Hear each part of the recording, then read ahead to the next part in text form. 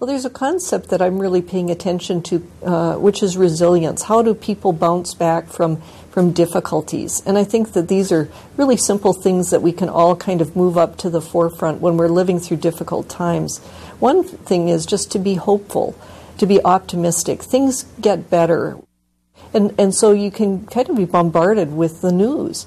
So I think you have to be careful about how much you're exposed to the news, especially if there's very frightening or distressing images in the news, that once you've seen them, maybe not to go back again and again to let yourself kind of be stimulated and distressed by those images. I think the other thing that people need to do is to remind themselves, if it's mainly bad news that they're reading, are there other pieces of information they can go to learn about something positive? And sometimes schools will offer creative opportunities to let children express themselves through art or through music or other kinds of things, and reaching out to other schools or communities where problems have arisen can be really a helpful thing for kids to do. Kids helping kids is a wonderful concept. Certainly, if your sleep is getting disrupted or your appetite is changing, those would be important symptoms to pay attention to. And finally, if you ever have thoughts of life not being worth living, we consider that kind of an emergency type symptom where you should go get help right away. One of the concepts that we're paying attention to nowadays is that might be useful for many people is something called mindfulness-based stress reduction, which is a way of kind of turning off the chatter and the noise in the world a little bit and giving your brain a rest from thinking about those distressing thoughts. Earth, 2018. The alliance between governments and tech giants has led to the rise of the surveillance society, distraction technology, the attention wars, and the erosion of your mind. But one show stands against this insidious system. Hosted by the podcast champion, the man of tomorrow, the golden stallion of the tech world, Brian Sovryn. He and his co-hosts formed the intellectual resistance. It's time for Sovryn Tech.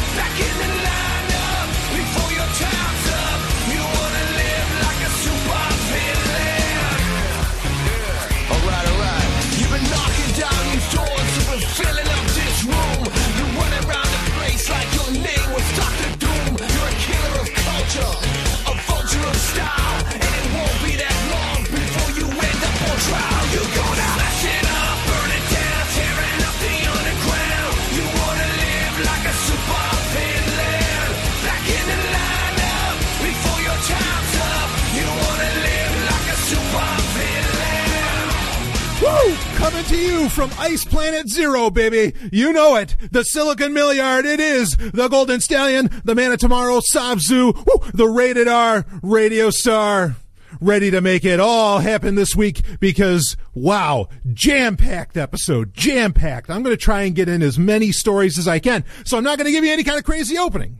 I just want to start talking about it and getting into it. But one thing I will tell you is I am going to deliver on what I talked about 2 weeks ago, where I said I will read the entire Area X, this is a science fiction trilogy, the entire Area X trilogy by Jeff Vandermeer, which was what the movie that I reviewed 2 weeks ago that Ellen and I saw, that being Annihilation with Natalie Portman, Oscar Isaac, all that. I said, I will read the books and I will give you a review. Everybody was excited about it. Said, yeah, we want to hear your take on this. Well, you're going to get it.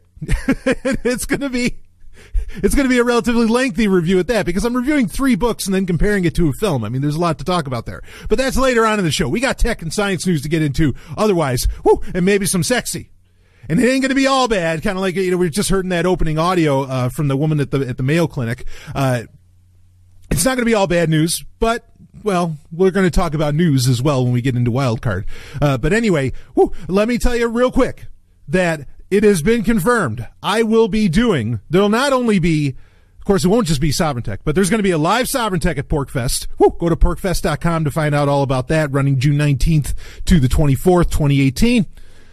If you want to be a part of that, get your tickets, do your thing.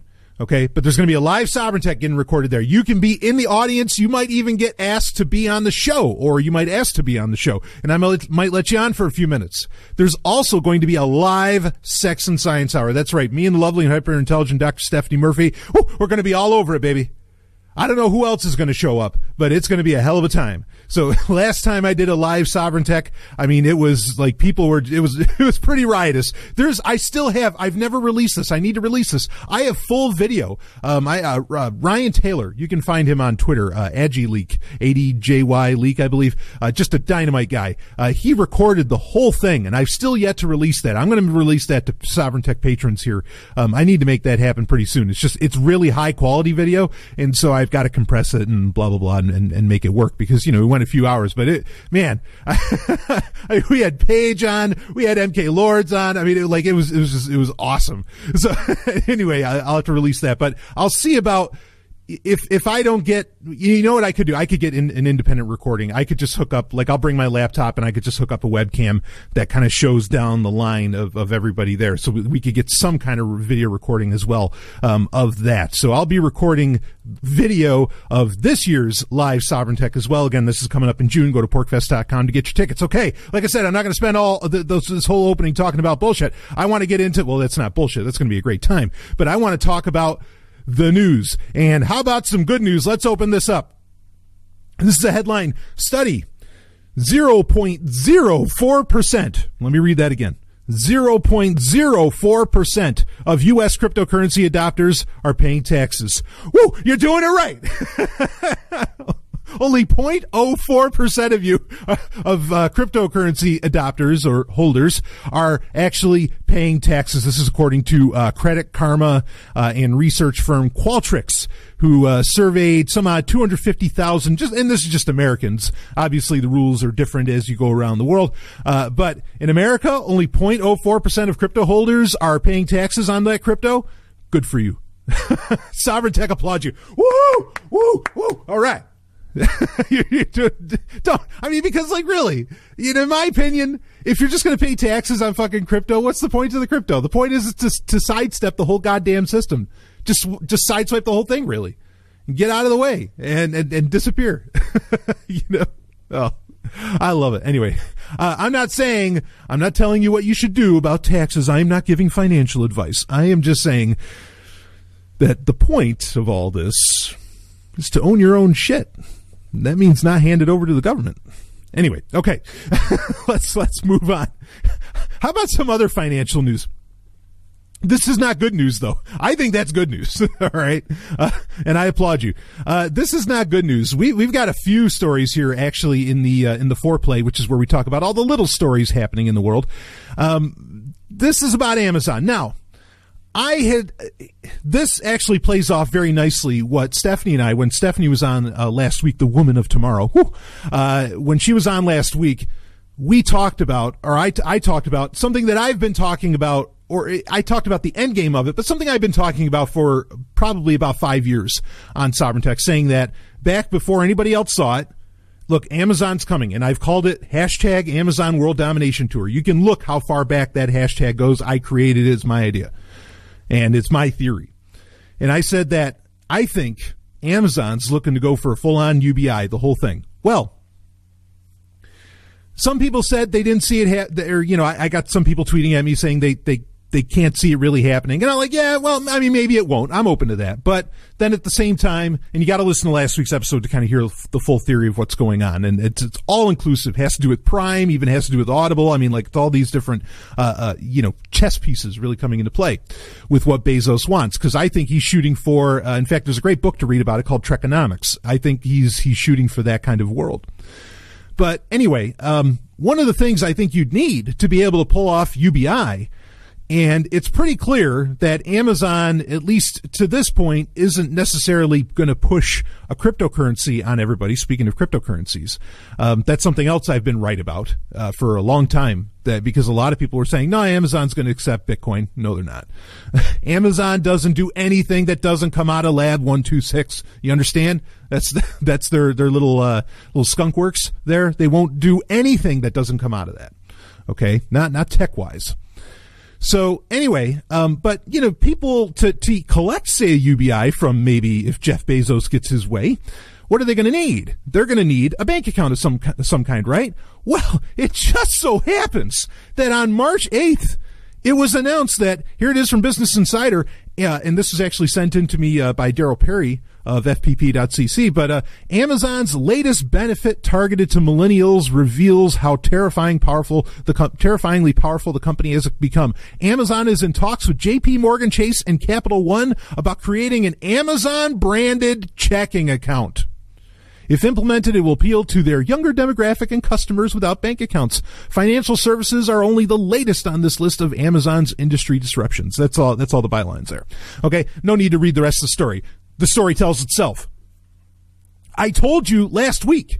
I said, you think these tech companies don't want to get into economics and become little minor, mini economies or major economies on their own? You're crazy if you don't think they do. Apple's doing the same thing with Apple Pay. Okay. Google's doing the same thing with, what is it, Google Pay or Android Pay, whatever they're calling it now. Okay. Microsoft tried creating their own wallet. Samsung has Samsung Pay. I mean, all these guys are getting into this. Amazon is just undercutting the whole thing. And per usual, okay, this is another part of the whole Amazon World Domination Tour that I've been talking about for years, is that Amazon, who they're going after, they're not going after, like Apple goes after the affluent, right? They go after the more of the wealthy, the wealthier, the better off. Okay. And I think Samsung and Google are trying to reach those echelons that Apple's shooting for. Amazon has always been about, and you can tell this just by looking at Amazon Underground, where they're offering apps and games, premium apps and games for free. Their tablets, right? Their Fire tablets and everything only costing $50, etc. They've gone for the opposite end of the spectrum. They want the lowest common denominator. They want the lower class as well. Okay. And in so doing, I mean, here's another play on that. All right. Is that they're going to offer checking accounts to the unbanked. This is also, let's be clear here. This is also moving in on areas that cryptocurrency is still a genuine solution, to solving problems for the unbanked. It's giving them, people get to be their own bank, right? With cryptocurrencies. And you get to get rid of the banks if you take cryptocurrencies far enough, which would be awesome. But, well, anyway. So there it is, folks. The World Domination Tour continues with Amazon. Is that, I mean, now they're creating their own fucking checking account. I mean, they already had Amazon Pay, which allowed you to pay your bills and stuff like this. But I mean, this is just adding on to it. And are people going to jump on it? Yeah, probably. I mean, and then, because then do this, attach this checking account to when you go to an Amazon Go store, right? Where there's no registers, right? There's no cashiers at the grocery store. Add this in with Whole Foods and everything. I mean, you've got a recipe here where, once again, look, Amazon doesn't have to control production of products and everything. They don't need to be a monopoly. All they need to be is a monopsony. They just need to control distribution and maybe, control money or the way you spend it anyway, in a very real sense, or the money transmission. They're the transmission of products, and now they could be the transmission of money. Yeah. Sorry, this isn't great news, but there it is. Another interesting bit of news from Amazon that came out. They've added to their Amazon app. It was originally just on iOS, but I think now they've added it to any Android phone that uses AR Core, which is the augmented reality kit. Software kit, SDK, whatever for Android phones. And they added what's called Amazon AR or AR View, which allows for you to, say you select a product, okay, in the Amazon app. You can hold your phone up, it'll access the phone's camera, and it will show, say like you're buying a couch or something on Amazon or a chair. It will put the chair wherever you're looking in the room. You follow me? There's a link in the show notes if you want to check out what exactly this looks like. Now, I mean, this is, in the abstract, this is a point of brilliance. Like, wow, okay, of course. Why the fuck wouldn't you do that, right? Like, like if you could actually show off how something's going to, if you could see how something is going to end up looking in your, in your room, in your apartment or whatever, what a brilliant move, right? However, I'm going to lay another prediction on you with Amazon. Okay. Again, they don't need to control like production or whatever, but here's what they could effectively take over like product production of some, or of some kind. Because what could come out of this? The data they're collecting, and this isn't just like AR View in the Amazon app isn't the only thing that's doing this. The other thing that's doing this, is it the Echo Look? Was that what it was called? The one that goes in, that you put in your bedroom that gives you like fashion advice and all that, and it's like a mirror and it's telling you what to wear, and it can kind of show you what it's like to put this thing on your computer and everything. Here's the interesting thing is that Amazon, I mean, understand why Amazon's doing this. Oh, does it make for a great customer experience, a great buying experience? Sure, it does. Is that the only reason Amazon's doing it? No. Amazon, I don't think, does anything for only one reason. Okay. What is probably going on here, okay, is that they are collecting data on this to where they know what you're looking for, what you're into. This is more about, really putting together a picture of you, of what kind of consumer you are and what you want and what you're looking to put in your house, etc. Okay, they are building this up. Now, it's not, and I don't mean this, I mean, you might say that sounds obvious, because they already sort of do that, right? Based on your buying history, they give you suggestions or something. Yeah, but I'm saying this can go a step further to where they get based upon all the different things you try out on your house and whatever, they could try to algorithmically figure out just exactly like what kind of consumer you are. And they could figure out, they could probably try to guess to what degree, even though, tastes are fickle, certainly, but they could figure out, depending on how many people actually use this kind of service, like AR View, they could figure out what actually needs to be made, how much of something would get sold. They're putting together a very, very fine-tuned database of what people want. Okay, a picture of what they want, and then they'd be able to I think they think that they'd know just how, to create a very efficient production process. They know just how much of something to make, what size to make it. I mean, they're figuring out what could be the perfect product, okay, and how much of that product to make, etc. They're really, really fine-tuning that. Now, you could say all of that is a very good thing. However, because of that, the amount of knowledge that Amazon would get to collect even more so now, more so than just the failed, based upon you clicked on something wrong or whatever, or their projections could be wrong. Now they're actually getting a picture of what's inside your house. Now, I mean, they really know what could actually work in your house. They're going to have a much, much better time doing this. Another reason that I'm sure, Amazon is starting to bet on AI and, getting in with the OpenAI initiative and things like this, is so that they can algorithmically, try and process all this information. And you could say, well, this is going to be effectively video. They can't collect video in my house. They couldn't possibly store all that video. They don't need to store video. They don't need to take video of it. They could just take snapshots. They could just take pictures and upload those pictures without you even really knowing within the app. And I'm sure it's somewhere in the terms of service that we will, collect the pictures off of, AR View or something. Okay. This is the thing. I mean, they are creating this hyper efficient process. And I think all of that really plays itself into what I think Bezos's plan is to get to a pseudo post-scarcity civilization. Okay. Because, I mean, the first argument that people bring up against post-scarcity, right? And again, I say pseudo post-scarcity, okay, because there's no such thing as real post-scarcity, and everybody knows there's no such thing as real post-scarcity. There is finite energy and matter in the universe. You can't have a literal statement of post-scarcity. No shit. Okay. Nobody's that stupid. Really, nobody's that stupid. All right. And you could say, well, but human desire is infinite. Human wants can be infinite and all that. Yep. To some degree they can. However, human time, at least at the moment, is not infinite. Okay, and there's only so much you can consume, so much you can fit in where you live, so much that you can do, within your lifetime, okay, and within your life. And so with that in mind, I think you could get to, again, a pseudo post-scarcity where Jeff Bezos probably thinks he can collect all this shit and he can know exactly what you want, before you want it, or he can know what you need better than you know what you need, and he can produce it. And that's where the start of like the Amazon Basics line comes in.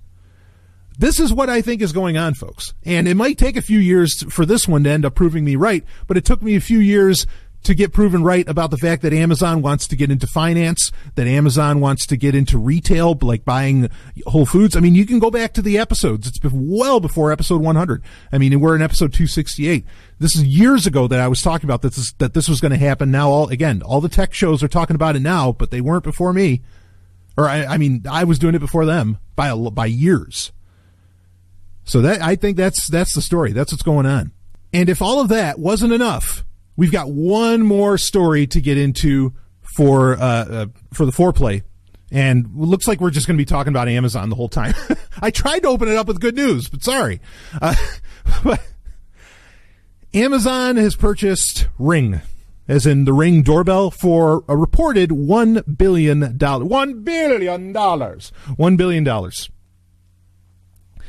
Folks, I mean, like Amazon's camera service and security service that they've been putting out there for, so you can get shipments so you can get packages while you're away and everything, has been met with, vulnerability, exploit after exploit, all these other issues, and so what do? They go out and they buy a company that, for a lot of people, really had a lot of trust in, a lot of confidence in, and a company that in the abstract was doing a lot of this right. Like, they were updating things properly. Like, their setup was pretty good. Ring was, I would never get a Ring video doorbell where, if you don't know about Ring, what it is, you replace or you put at your door, there's like a little video camera, and when, say, like the UPS guy comes or something and they have a package and say you need to sign for it or whatever, or they want to confirm that you want it, like when somebody comes to your door, it would notify you on your smartphone or computer, or even, I think it could even do it on your Apple Watch or something.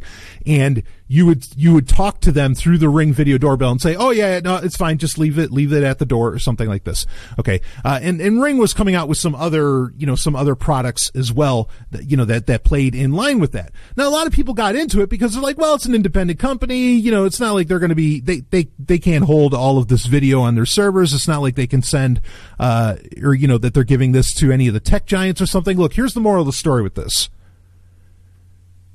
It is only with every tech company, because I think if people thought that it was Amazon that was handling this, it makes sense for Amazon to buy Ring, right? Because it has to do with, one of the main uses for Ring isn't just home security, but it's for getting packages, right? And for responding to people delivering packages. It makes sense for Amazon to do this. I'm not saying that that's crazy. What I'm saying is that I think if the Ring video doorbell originally came out and it was Amazon that released it, I think a lot of people would not have bought in. I think they would have thought twice about it and said, no, I don't want Amazon to have that kind of info. I don't want them collecting about, this camera that's constantly shooting out in front of my house. I don't want them watching my kids playing in the front yard. I don't want them doing this, blah, blah, blah. I know for a fact that people, because I've had people email me saying that. Okay, I know I have a lot of listeners that actually use the Ring video doorbell. And like I said, in a lot of ways, they were doing security right. They were doing a lot of this right. But now with Amazon owning them, oh no. And they just collected all the information that they have about you. If you're a Ring user, they just collected perhaps the video that maybe Ring has. They just collected all this different stuff. And here's the moral of the story. Any of these little companies, any of these upstart companies that come out and you think they're doing it great, they're doing it right, and it's awesome, can get bought out in a heartbeat. And everything that company collected about you and everything that company does for you suddenly becomes under the purview of a very creepy tech giant. And I'm not saying Amazon's the only creepy tech giant. They fucking all are. That's the moral of the story. Keep that in mind. When you buy that next gadget, when you buy that next piece of tech, I want you to ask yourself, What happens if Apple got their hands on this? What happens if Amazon gets their hands on this? What happens if whoever gets their hands on this? Because, a lot of these companies have fucking revolving doors, of course, also with the NSA, the U.S. government, and every other alphabet soup organization around the world that you can imagine. Really. So think about that when you buy your next technological innovation, is that this could end up in the hands of people that you probably don't want them to have that info. And you could say, well, Ring was probably already using AWS anyway. Yeah, I mean, I get that argument, but now it's like it's downright explicit, right? Now there's no question about it. And now Amazon, there's no barriers to Amazon using the data, info, and whatever else that Ring has on their customers. Fucking insane. Fucking insane. So keep that in mind for the future. All right, we'll be right back with some more Sovryn Tech. Got a couple of doozies of stories of the week. Hey, here's something that no one needs to spy on you having.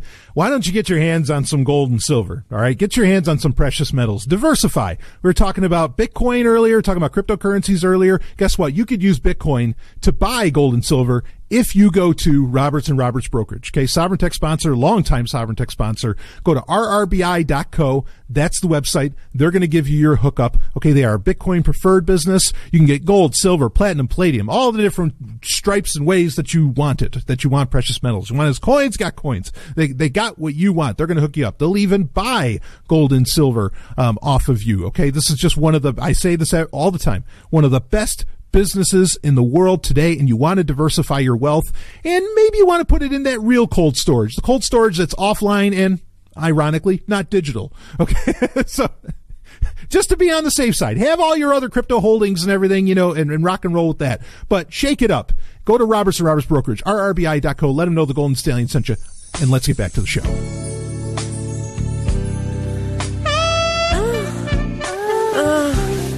Agent Sovryn.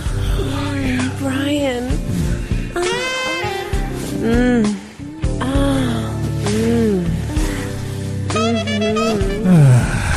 Ladies, enjoying ourselves while we're on mission, are we? We're enjoying you and each other.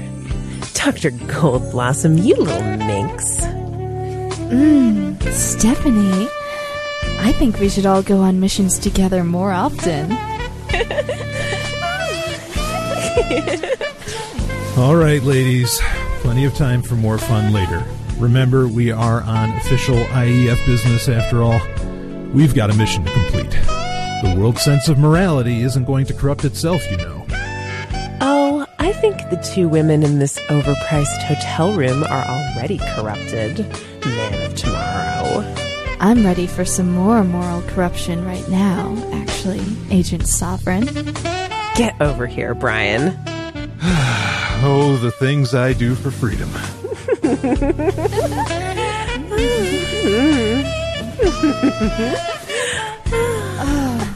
Agent Sovryn. Oh, Doctor. Brian. Stephanie.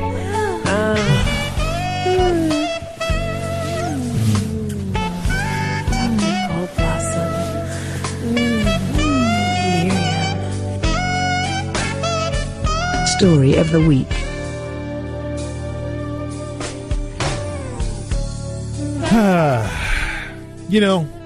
I always say this, as much as it's a sci-fi dystopia that we live in today, and if you didn't need proof, you weren't listening to the last segment. As much as we're in a sci-fi dystopia right now, life can still be so good. It just can. Woo! All right. So, but perhaps not for the people in Rhode Island. Let's talk about this. Holy shit. I got this story got sent in by so many Sovryn Tech listeners, and they said they were just dying laughing. I was dying laughing too. Good luck with this, Rhode Island, as in Rhode Island, the government. So here, I'm reading from Jezebel. I know some people, oh my God, he's going to Jezebel. Get the fuck away. Fucking leftist, fuck. Shut up. All right. So let's read on. Rhode Island wants to charge you $20 to watch free internet porn. Let me read a little bit of the story here.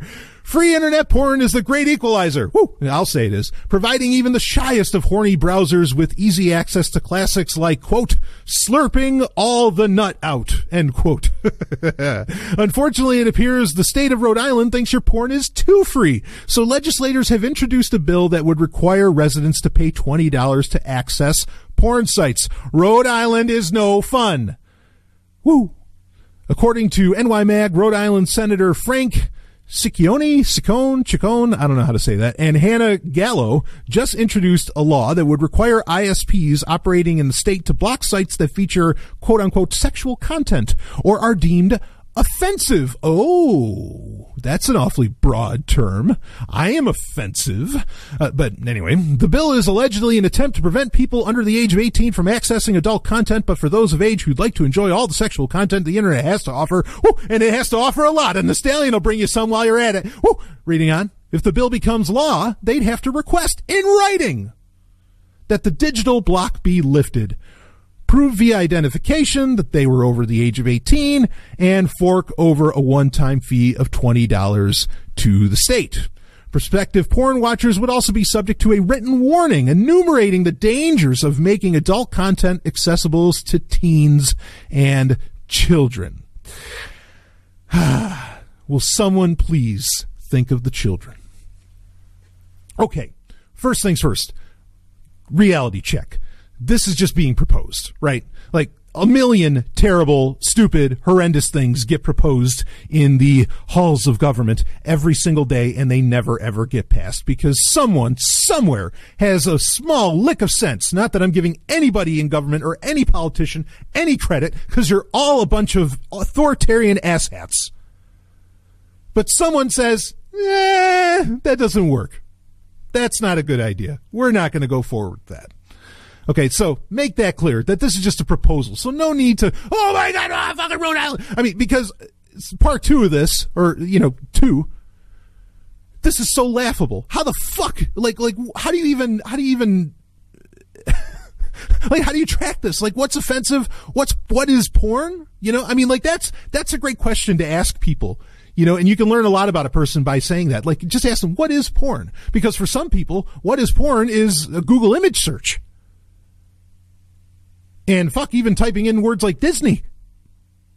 Okay, for other people, it's, porn is, like, I don't know, a gackle of Asians getting it in the ass or something, right? That's, so, these terms mean a lot of different things to a lot of different people.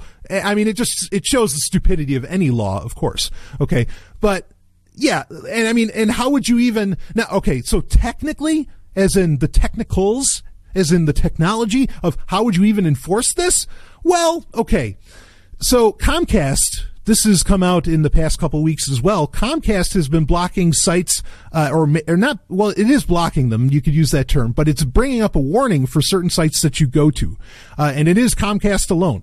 They're, like Torrent Freak. You can't go to Torrent Freak. It brings up a block saying this is a malicious site. This is a dangerous site. And it's not warning because of like a certificate issue or something. Believe me, Torrent Freak is one of the people that are so on the up and up about that. Okay. And we know that it's not just a certificate issue. Nobody really knows what exactly is the, what's tripping Comcast to say on your, I mean, obviously it's a security certificate or some kind of cookie that you're downloading, that's allowing Comcast to do that. Or maybe it's being done on the ISP side, but regardless, what rules is Torrent Freak breaking? Well, here's the thing. Also, Steam and PayPal, Steam as in Valve, which we might talk about later, Steam and PayPal, those two are also getting tripped up to being considered malicious sites. PayPal, Steam, the largest gaming platform in the world. So, what's setting all this off? Bottom line being is that attempts are being made to block websites and keep you from doing it unless you ask for some kind of permission or give it the okay. Now, what I think this is really about, yes, this is a money-making scheme. They want to make $20 off of every user, okay? And you're going to make a lot of money because whether people want to admit it or not, everybody watches porn. Everybody. in some form or fashion watches porn. And certainly everybody engages in looking at some kind of lewd or offensive material on the internet, which they included in their bill in Rhode Island. So sure, they make $20 a pop off of people. I think where I think it's worse than just a money-making scheme, this kind of attempt, and you want to pay attention to this because I'm sure bills like this are going to try and get passed again and again, and that it's going to happen in other places than Rhode Island. This is probably like a pilot program for the Republican Party or something. Or who cares? They're all the same. It does Republican, Democrat, it doesn't fucking matter. Okay. But anyway, what's really interesting is you have to send in like written permission. This is collecting a database of people one of the easiest things that can get used against people today is some kind of like sexual impropriety. And I don't mean something genuinely terrible, like pedophilia. Like that's genuinely a horrible fucking thing, and anybody engaging in it is a piece of shit. And if you happen to be listening to the show and you just got offended, well, write to Rhode Island and tell them that you heard offensive material, okay, and that you're really hurt, and go cry, and if you're a patron, then stop patronizing me, or well, yeah, stop patronizing me and stop being a patron. Okay, I just won't put up with that, and I get sick of the arguments that, well, it's not really pedophilia, it's actually shut up. So all right, anyway, any kind of sexual impropriety can be used against people. This is one of the things, this has been a theme also for Sovereign Tech since its inception, is that we have to get past this conservatism, because conservatism allows people's base primal desires that there is nothing wrong with to get used against them in the public. It doesn't have to be a court of law, but just for social shaming, which I think it could be far worse. Oh, well, we have it right here that, Mr. Jenkins, he wrote to us and said, I need permission to look at Mistress Harley. I need permission to look at guys shoving giant butt plugs in their ass. He needs permission. I mean, like, really. And that, all you have to do is just put that out there on the news and say, yeah, here he is. He signed it. And then suddenly whatever this person was trying to do, maybe it was actually like a genuinely nice community organizer of some kind trying to really do something helpful in the community, but he didn't want to give the government any kind of fees for it or something like that, and they kick his ass because of it. Now, I mean, you could say they could just plant the information and that's good enough too, but here's like a willful database, and then the guy can come out and cry and say, I'm so sorry for looking at butt plugs. I'm so sorry. I'm such a freak. I'm sorry. As to where he shouldn't apologize for anything. Okay, you're into freaky shit. Good. Freak flag fly. Woo! Let it go. But no. So I think the far more insidious part of this, again, there's no point in really getting worked up about it. It's not going to pass. Maybe it'll pass in the future. It's something to keep an eye out for, but no need to get necessarily enraged on this. But in general, I think it's a nice gut check, okay, to say, wow, how could this get used against me? And maybe we need to change some social norms so that what is perfectly natural and human of me to be into and do can't be used against me. We'll be back with more Sovereign Tech. Woo, baby. You know, a nice solution for a lot of this? Anonymize your crap. Anonymize everything. Let's have like a really anonymous internet or an anonymous platform, or, maybe you'll pay for porn to people that create the porn, but you need to do it with a currency that protects your privacy and anonymity and things like this. How about you use Zencash? I don't think they'd mind if they knew. I think they'd love it if porn stars were accepting Zencash. In fact, I think they should.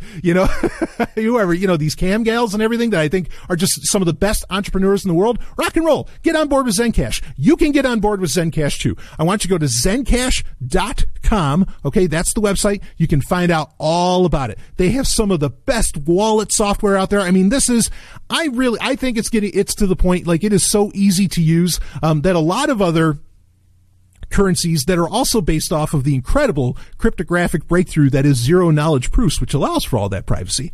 Okay. I think that Zencash really has it together with this, okay? They are a Sovryn Tech sponsor, of course, and that's why I'm talking about them briefly, but I want you to check it out. Go to zencash.com. I think they are doing it right. Philosophically, they're on the right track, in my opinion. You want to be a part of this. You missed out on Bitcoin? Don't miss out on Zencash. And honestly, right now, it's on sale. Okay, it is at a low, low price. Get on board with this. Zencash.com, and I thank them for sponsoring Sovryn Tech. Whew, let's get to the show.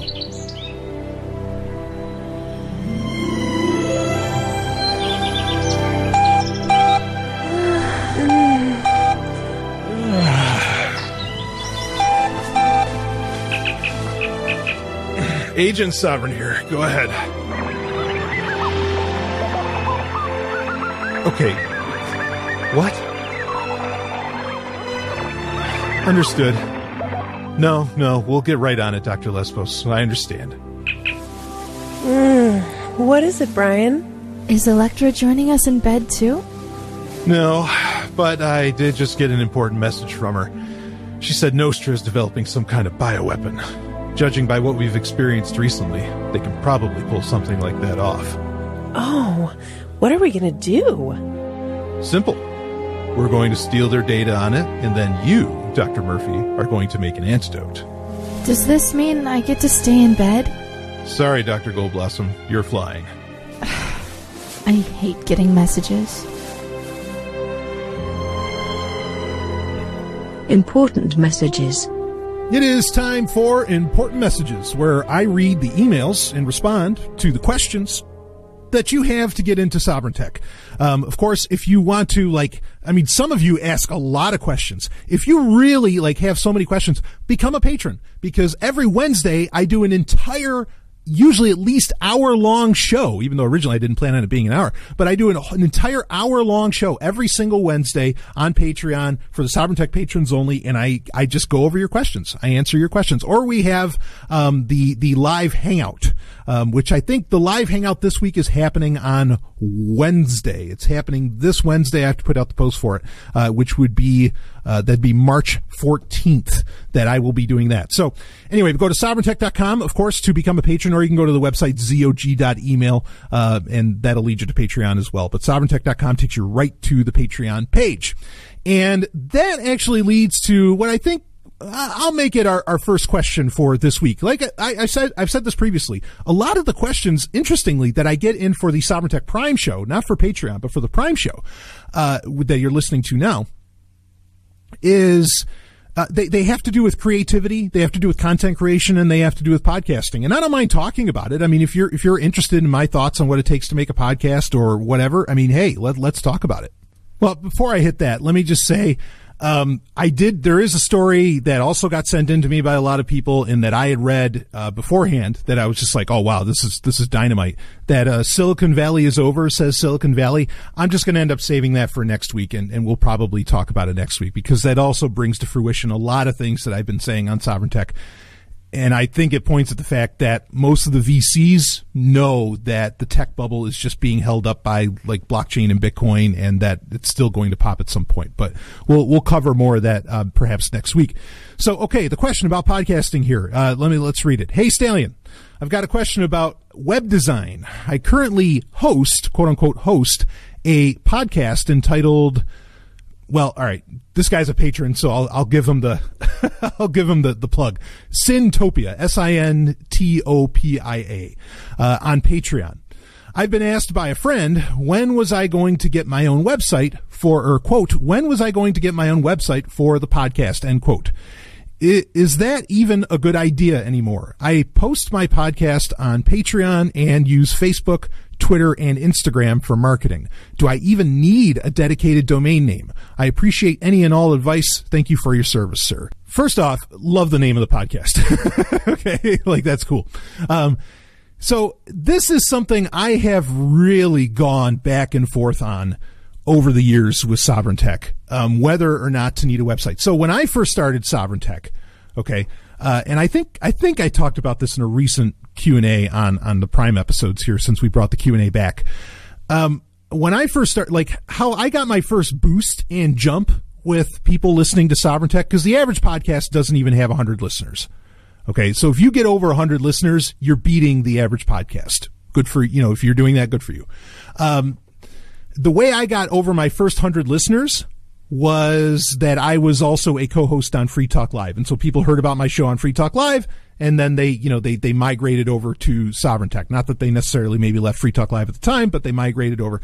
And so that gave me my initial boost. So I didn't feel like I necessarily, because I knew that I would, with Free Talk Live, I'd be reaching a few million people. I didn't feel like I needed to, or, however many people, I didn't feel like I needed to have like any kind of really flashy presentation. And also I come from, my tech background, I come from the 90s when things were more about usability, information denseness, or information density, and not so much about flash. And I don't mean Flash, the software. I mean, like, not so much about, Flash and everything being pretty and blah, blah, blah. I don't believe in that. Also, my favorite podcast, what I consider the best podcast in the world and the most important podcast in the world right now, that being Security Now with Steve Gibson. His website for that, I mean, granted, he has the Twit network to kind of build off of it, but like his website is incredibly basic as far as what he has. His also looks like something out of the 90s, but it looks like something out of the 90s because it's a very secure website. Okay. So, which is important because, his show is all about computer and cybersecurity, right? So anyway, when I first started Sovryn Tech, all I had was a SoundCloud page. Now, SoundCloud is great about that. It gives you, like, it lets you use banner images. You can put links off to the side. Like, it gives you a site that is kind of full featured. As far as, kind of full featured. It's a SoundCloud page, but you don't have to have a SoundCloud account to use it, blah, blah, blah. I mean, anybody can listen to things there. SoundCloud, the sounds themselves, okay, the presentation of the sounds is second to none, in my opinion. Still the best looking embeds on the internet. So I thought that was enough. I was like, yeah, you know what? That's all you really need is you need your SoundCloud page and maybe have a Twitter page or something. And depending where you want to, if you want to promote on Instagram or something, that's fine. And just kind of put your stuff out there, then fine. But like all you really need is just that one SoundCloud page, or perhaps, I don't know exactly what other podcast hosts like Libsyn or whatever, what they offer as far as like home pages for your podcast that you're hosting there. But yeah, I really felt for a long time that the SoundCloud page was enough. But what I did do at that time was I bought the domain sovryntech.com, which points at the sound, which would take you to the SoundCloud page. So I think to answer kind of your last question, do you even need a dedicated domain name? Yes. In my opinion, I think that's a great idea to do. However, don't host anything with that domain name. Okay. What you want to do is unless you really know what you're doing, like, and you really know that this is going to be a long-term thing, the best thing you can do is just buy the domain name and then have it redirect to wherever you want it to go. Now, this is going to, the one disadvantage to doing this. Okay. And what I mean is that you buy sovryntech.com. You don't host anything at sovryntech.com. You just have sovryntech.com take you, say, to the SoundCloud page, right? Or now what I have it do is years later, now that Patreon's such a thing, I have sovryntech.com because I don't host anything there. I can just have that URL point at the Patreon page, which is where I want people to go. If I stopped using Patreon or Patreon crashed, I would tell it to point back at the SoundCloud page. You get my point? So that way you have versatility. Okay. And you can still set up an email address and everything. Like if you're using Namecheap or something, which I recommend, you could still set up an email address that has your, at syntopia.com or whatever, if you want to do that, and you don't have to, again, have like a full-on email hosting, and you don't have to have a full-on website necessarily there. So yeah, I think, especially with Patreon, Patreon more so than even SoundCloud, I think you can get away with not having a full-on website because Patreon can host everything, and you can do updates there. You can do blog posts there effectively, right? Because you can host any kind of post, on Patreon. So I think it is antithetical to what you would want to develop, or it's not antithetical. I think that it's a waste of time to have like a full-on website today, because most people, it seems like most people don't go to websites anymore. They either go to social media, which Patreon is a type of social media, or they will go to Patreon. You want to you want to have people go to places that they already have an account for, or that they're willing to go to. And Patreon's nice because you don't have to have an account either to be able to access the content there, unless it's, Patreon only account, then that's different. But yeah, no, you don't need a website. I don't think you need a website. It might, in my perfect world, in my dream world, yeah, everybody has their own website. Everybody has their own domain name. Everybody has their own website that at least points at something, right? But I don't think a website, that said, like, as much as I like that, and I have my own website, I have zog.email, and it's important for me to have a website. Here's where it is important to have a website. If you do a lot of different content, like a lot of different shit, like I do the newsletter, I write books, I have the Dark Android book. There's more books coming out in 2018. I have, I have the podcast. I have Zomia Offline Games. I have so many different things that I do that I do need, because I have so many projects and I wear so many hats, I do need a central hub that people could go to be able to quickly find all of those. Okay. And also it's kind of helpful. Like, it's kind of nice to have a website if you have sponsors, to be able to show off your sponsors and that people can go to your central hub and they can check it out.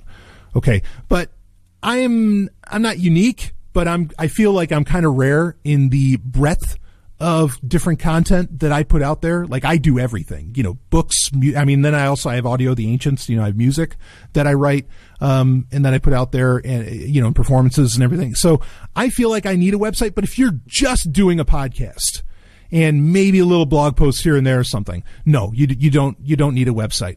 And, at the same time, like I mentioned, in my dream world, everybody would have like their own website and everything.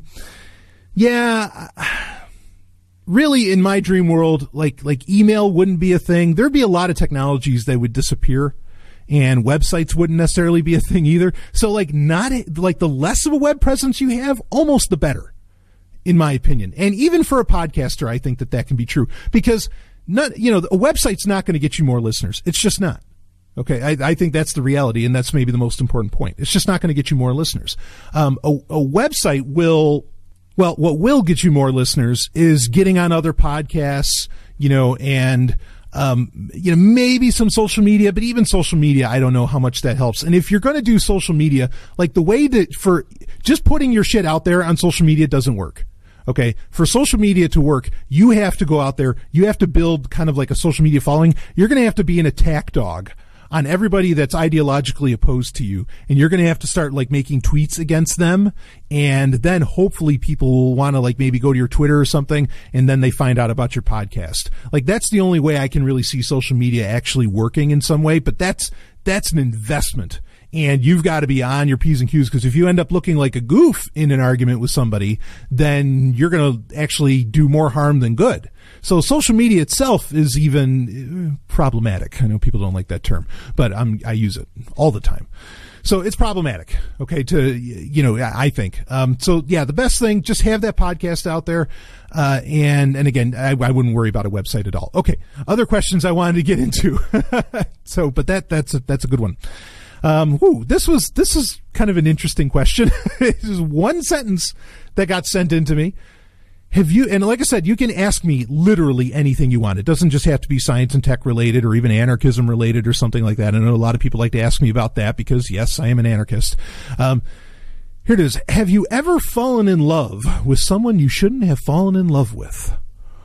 Ooh, I should have saved this for the Relationship Rhombus show that Stephanie and I do. But have you ever fallen in love with someone you shouldn't have fallen in love with? Let me tell you. Oh, yes. But, okay, well, the question's kind of, in my mind, is kind of a trick question. Okay? Because why shouldn't you fall in love with somebody? Like, what are the reasons that you shouldn't fall in love with someone? There's no reason that you shouldn't be able to fall in love with someone. Have I ever, now is the question more, have I ever taken actions that perhaps I shouldn't have because of my feelings of love? Because you can fall in love with the whole world, and what's wrong with that? Right? As long as it's, people within, your generation and, that fit, shall we say, a relationship model that doesn't have, undue power dynamics within it or something. Okay. No, there's nothing wrong with it. Like, love everybody. Fuck, I don't, if you've got the big enough heart for it, rock and roll. I'm polyamorous. I can love more than one person at a time. So, have I ever fallen in love with someone you shouldn't have fallen in love with? Yeah, I guess I'll say in the conventional terms, like I get what you mean by that. Sure. Yes, I have. And again, but also unconventionally, I don't think there's anything wrong with that.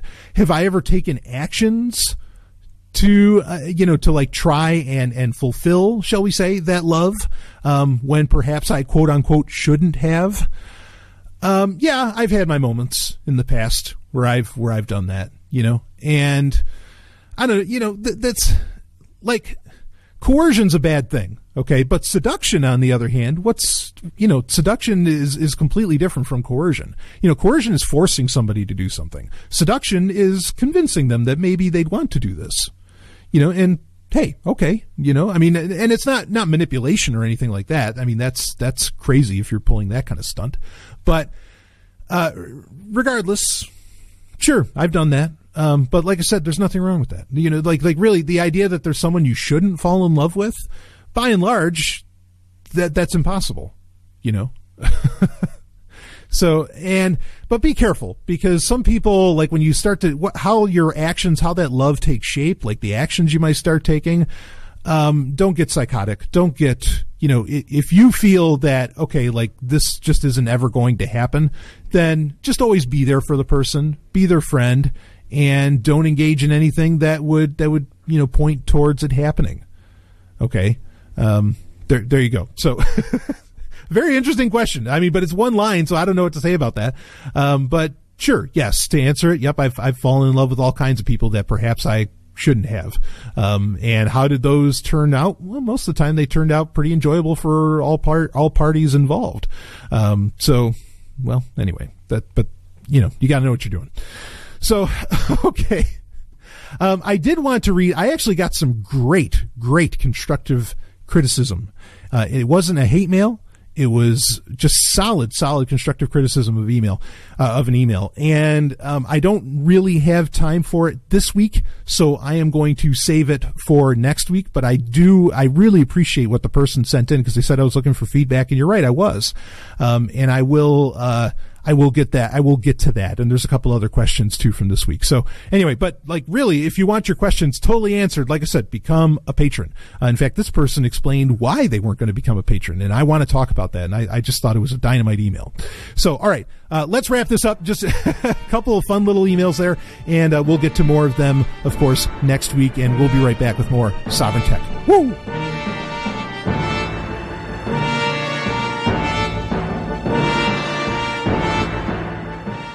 Hey, you want to keep an eye on cryptocurrencies, what's happening with Bitcoin and blockchain and all that? There's one website I want you to go to, cryptocompare.com. That's the website, cryptocompare.com. You are just going to get an information overload in a good way when you go to this website. And they just did a relatively recent redesign. It's beautiful. I thank them for sponsoring Sovryn Tech, because we're all about the peer-to-peer revolution on this show, baby. The peer-to-peer evolution, perhaps, is the better term. But cryptocompare.com, go check it out. They're a part of it. Woo! Let's get back to the show.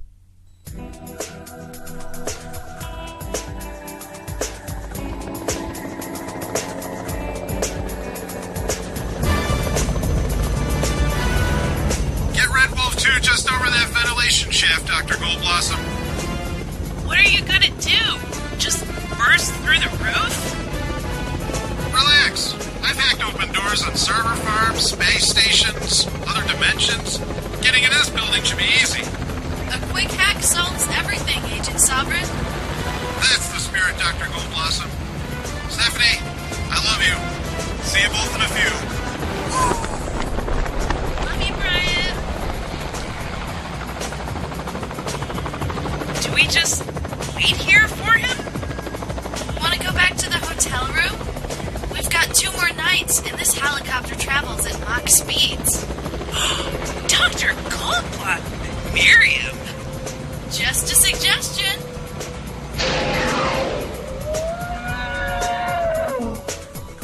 Hack sick. It is time for HackSec, where we talk issues of hacking and security. And you know what? This is one, and it's really where we talk about what the mainstream believes are the seedier aspects of the interconnected world, of the digital world, of the tech world, of the internet, of the web. And, well, I don't think it's seedy, but I am a huge supporter of the technology that is BitTorrent, of torrenting. And the stories I'm about to cover are a nice coda to really a sense that we have been talking about and describing on Sovryn Tech over the past few months.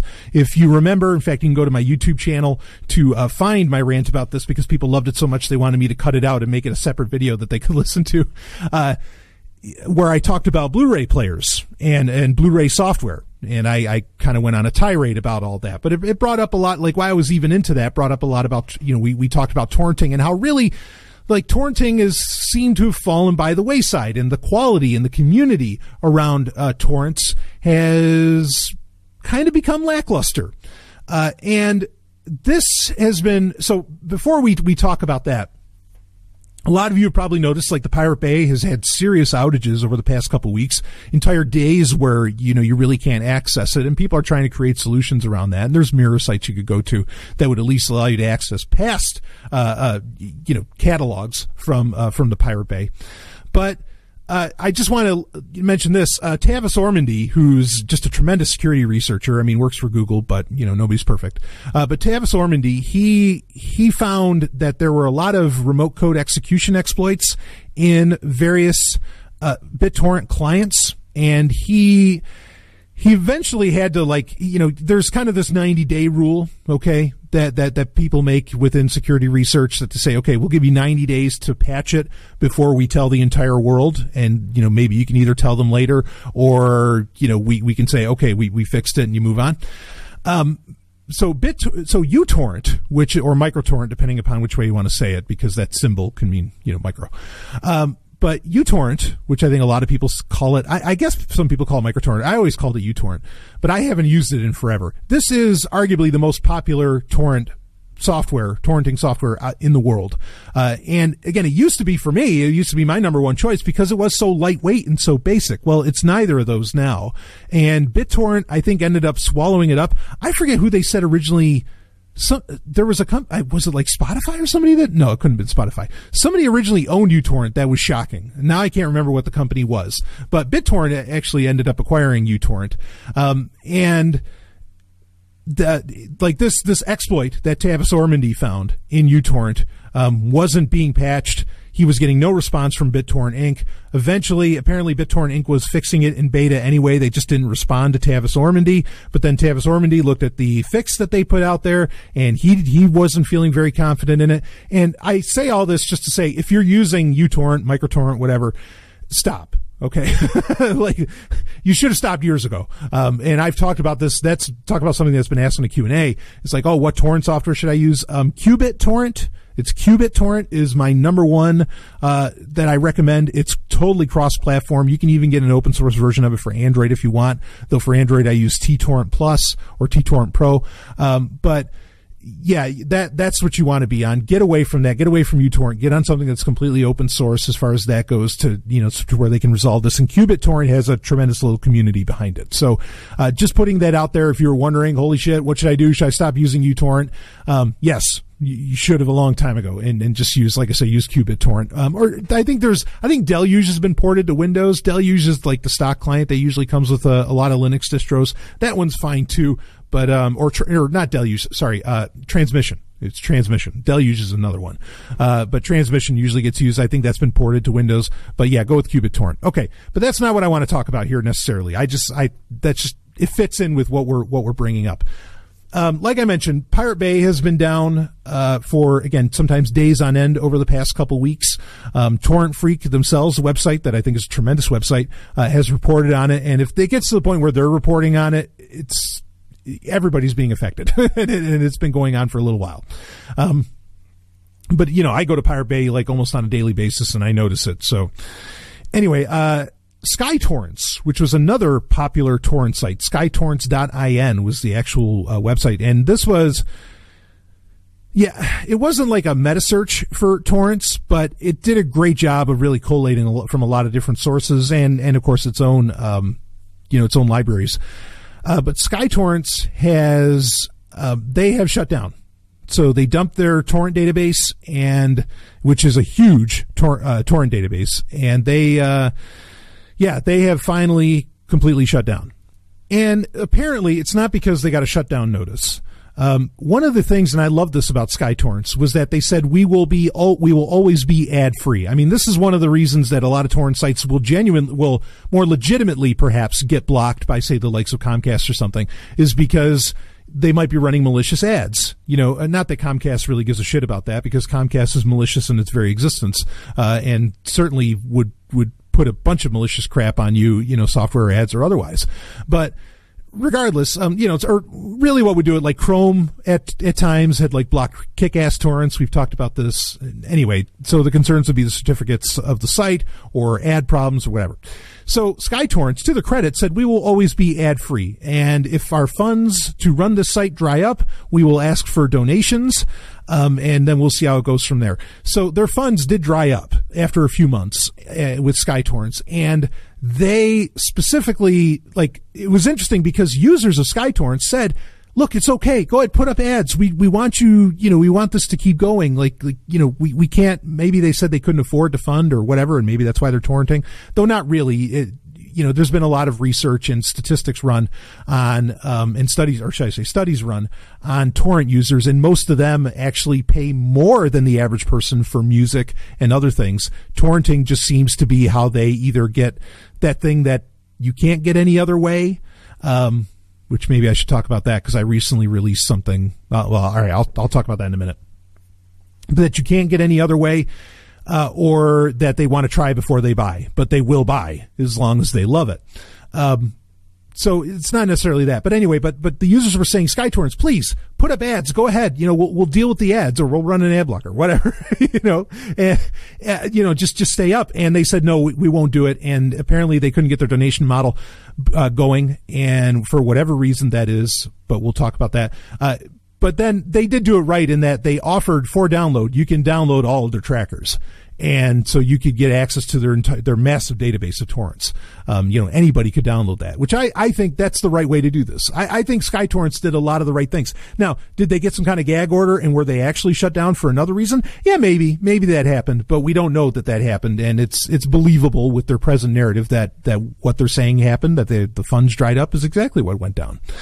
So anyway, I think that this speaks to a broader issue, and what they need. I think they needed like $1,500 a month to continue to run, and they couldn't even get that. And I think that really, with what happened with SkyTorrents, I think speaks to a larger, I don't want to say issue, but a larger trend that the torrent community really is fading away, and to where there aren't enough people, or people that aren't incentivized enough to cough up $1,500 a month to run SkyTorrents. So I want to go to another story, because, and believe me, it's related. And here it is. This is from March 4th, 2018. Torrent seed box veterans bow out of changing markets. So for those that don't know what a seed box is, a seed box is usually like a server elsewhere that you could pay for, that you could rent, that would host torrents for you and handle all the heavy lifting of torrenting. That way you're not using your own network or endangering your own network and yourself, perhaps legally. Okay. Seed boxes, very popular. I mean, it has been a lucrative business for over a decade now, I think, but maybe not so much now. Let's read the story. The meteoric rise of BitTorrent in the last decade led to an explosion of companies offering so-called seed boxes, servers which carry out file sharing from a remote location. Now, however, there are signs that the market might not be as healthy as it was, with long-standing player Seed Stuff shutting down. Torrent Freak caught up with its operator to find out more about the decision to leave the business. BitTorrent users today have several basic ways to download content. The most popular is via a dedicated torrent client installed on a Windows, Linux, Android, or similar operating system at home.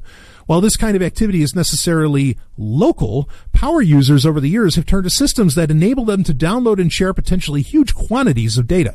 Essentially, computer servers running torrent client software in remote locations, these so-called seed boxes, become a must-have for anyone looking to stand out in the torrent world as a sharing sensation. While widespread companies selling access to seed boxes haven't really generated much noise publicly over the years, however, there hasn't been, like, nobody's really gone after these seed box companies is what they're saying. However, this week an announcement from one of the longer-standing companies caught our attention. After being founded 8 years ago, popular provider seedstuff.ca has decided to exit the seed box business. Quote, "We originally opened in 2010. However, we have seen an ever-changing climate in the industry, and as new technologies emerge and people shift to more conventional means of file sharing, our services have seen a steady decline over the past few years," end quote. The company said in a statement published on its website. Quote, "At this time, it simply is no longer viable to continue offering the services we do," end quote. Considering BitTorrent itself made its mark as a disruptive technology, it's interesting that a company like SeedStuff would have its business disrupted by other file sharing methods. So we asked the provider a little bit more about its history and its ultimate decision to close down. Quote, "We started from the backroom IRC channels on 56K connections, so torrents have always been a blessing," end quote, a spokesperson said. Quote, "Between 2005 and 2010, I think the rise of private trackers really started to make the scene shine. You were able to find and connect with the content you wanted, as well as the communities of people who shared interests as well. The private trackers gamified seeding and rewarding their best members. This is what really paved the way for seed boxes." Stallion breaking it for a second on the quote. So private trackers, meaning Pirate Bay, meaning these websites, Mini Nova, all the ones over the years, that have been around. So reading on with the quote, "The users felt a need to compete and often did not have access to the means to do so, but could contract these machines out to help them succeed. The demand for seed boxes started in about 2010, which I think you will see coincided with a huge spike of private tracker activity," end quote. SeedStuff says its initial aim was to improve user experience by not following the decision by many existing providers to quote, "stuff as many users as possible," end quote, into each server.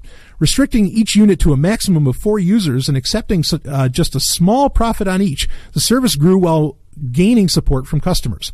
Quote, "At our peak, we serviced over 4,000 customers per month. Our total email database was well over 10,000 customer accounts.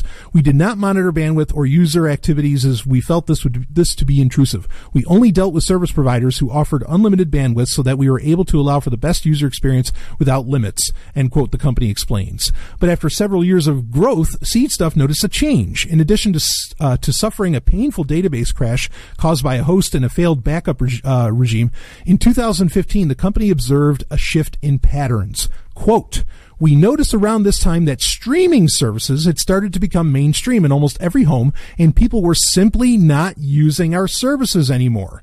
The main cancellation reason for the last 3 years has been, quote, not needed anymore," end quote.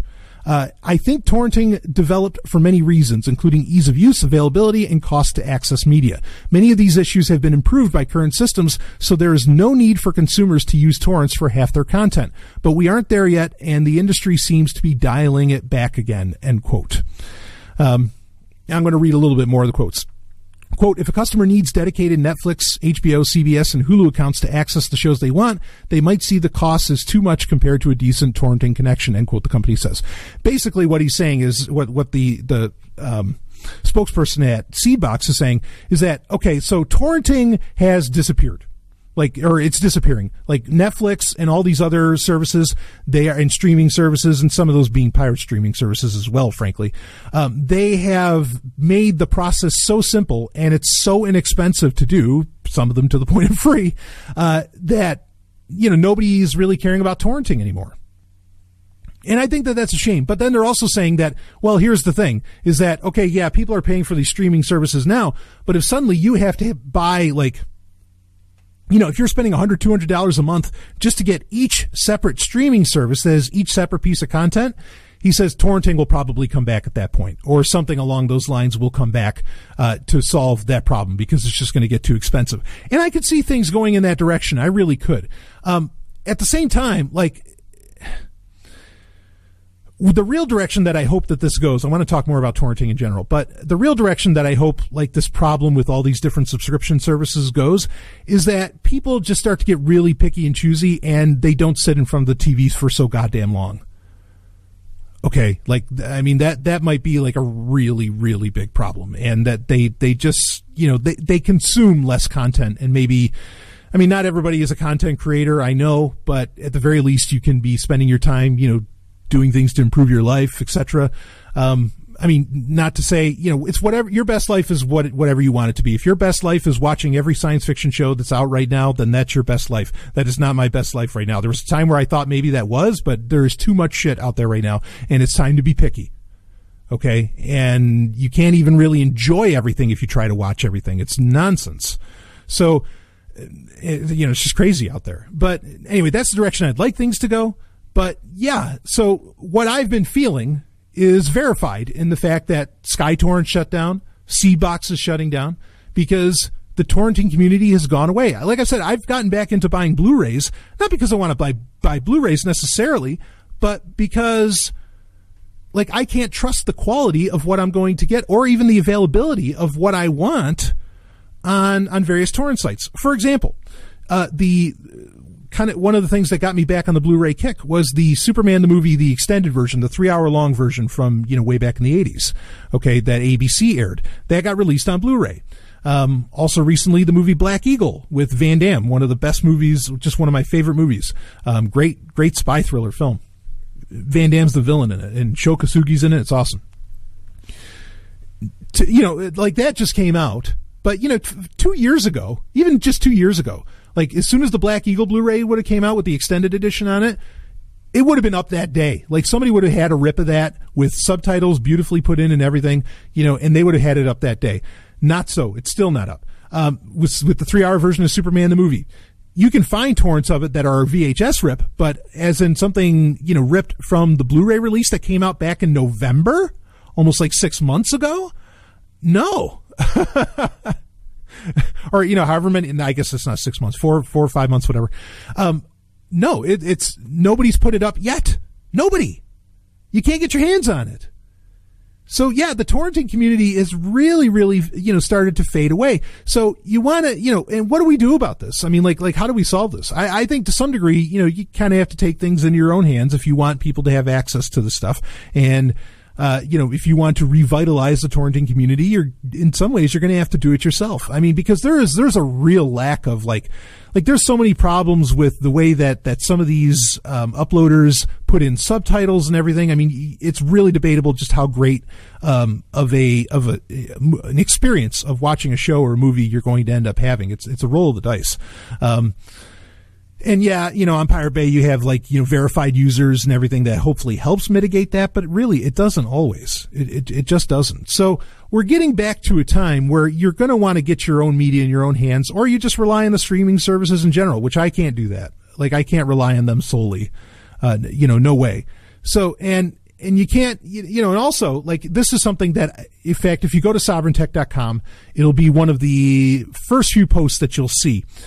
Maybe I'll put a link to it in the show notes, I got my hands on, I purchased 2 very, very, very expensive, rare out-of-print books from the 70s. And I think these are incredibly important books. One of them is The Mana Machine. These are nonfiction. I mean, you might think they're fiction on what they're talking about, but you can go to the posts and you can read about it. But it's The Mana Machine and The Kabbalah Decoded. I think these 2 books give a very interesting take on a lot of history. Including biblical history, and it has to do with, maybe there was some advanced technology involved in certain things. Really, really interesting stuff. If you're into like Eric von Daniken or Zechariah Sitchin, you know what I'm talking about.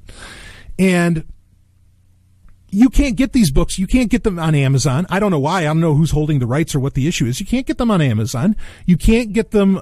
Maybe you can search them like on Google Books, but you can't buy them, or you can't actually buy it from Google Books, not a digital version. There are no digital copies of this. Nobody has them up on the torrent sites. Why? Because people aren't giving so much of a shit about torrents anymore. Okay. This is a real problem.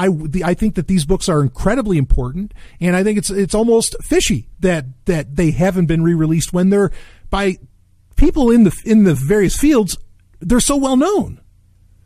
And so I said, fuck it. I'll get the books.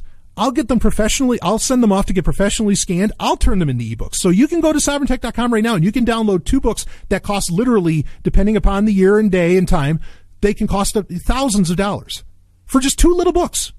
And I mean, we're talking like 300-page some odd books. Okay, there's an importance to doing this. Like, I don't want to just hand things off to the streaming services because then they control what you get to see. I don't want to just hand it off to Amazon and hope that, I hope that they'll digitize all the books in the world, or I hope Google will digitize all the books in the world. There's already huge legal battles around that. Okay, and that's why that dream's never been able to come true that Google was shooting for. You can't count on them. You got to do this shit yourself. You got to take care of it. And so I set some information free this week. And actually, it's a pretty big, honestly, in my opinion, I think it's a big deal. But I took it into my own hands because you can't count. Don't hope that other people will do this for you. Okay? And if you got to go out and if you got to buy the Blu-rays and you got to do whatever to get your content, well, maybe that's the world that we're heading back into for a little while. And then maybe, once all the craziness happens with all these streaming services, maybe torrenting will come back like the spokesperson from Seedbox said. But yeah, don't rely on torrents. Go to Plan B. I'm not saying Plan B has to be Blu-ray, even though that begins with a B. But whatever the fuck it is, start thinking about Plan B, or just recognize that what you get to watch, you're handing that over to be decided by people in some other office somewhere else. So your call. Anyway, but I wanted to talk about this because it proves the point that yes, the torrenting community is significantly diminishing, and that's, I mean, you could say it's a good thing because that means these streaming services are offering such a value and they're doing such a good job, but I'm not ready to hand things over to them for anything because I don't like my content being controlled. The real beauty for me wasn't about the ease of use or ease of access or price or things like this with torrenting. It was just it being there. Having that content actually being able to be there. And torrenting was the bulwark of what allowed any content to be out there, and nothing could stand in your way from getting access to it. Not ease of use, but just being able to access it at all. That's what's important about it. So hopefully, I talked about, there's various platforms, out there that are going on that might be able to, that are censorship resistant and things like this, Zencash, whatever, where maybe, some alternatives could get developed. Like ZeroNet was a thing that was being worked on, or maybe people go back to IRC. I don't know. But don't let the ability to even access the stuff die. Okay?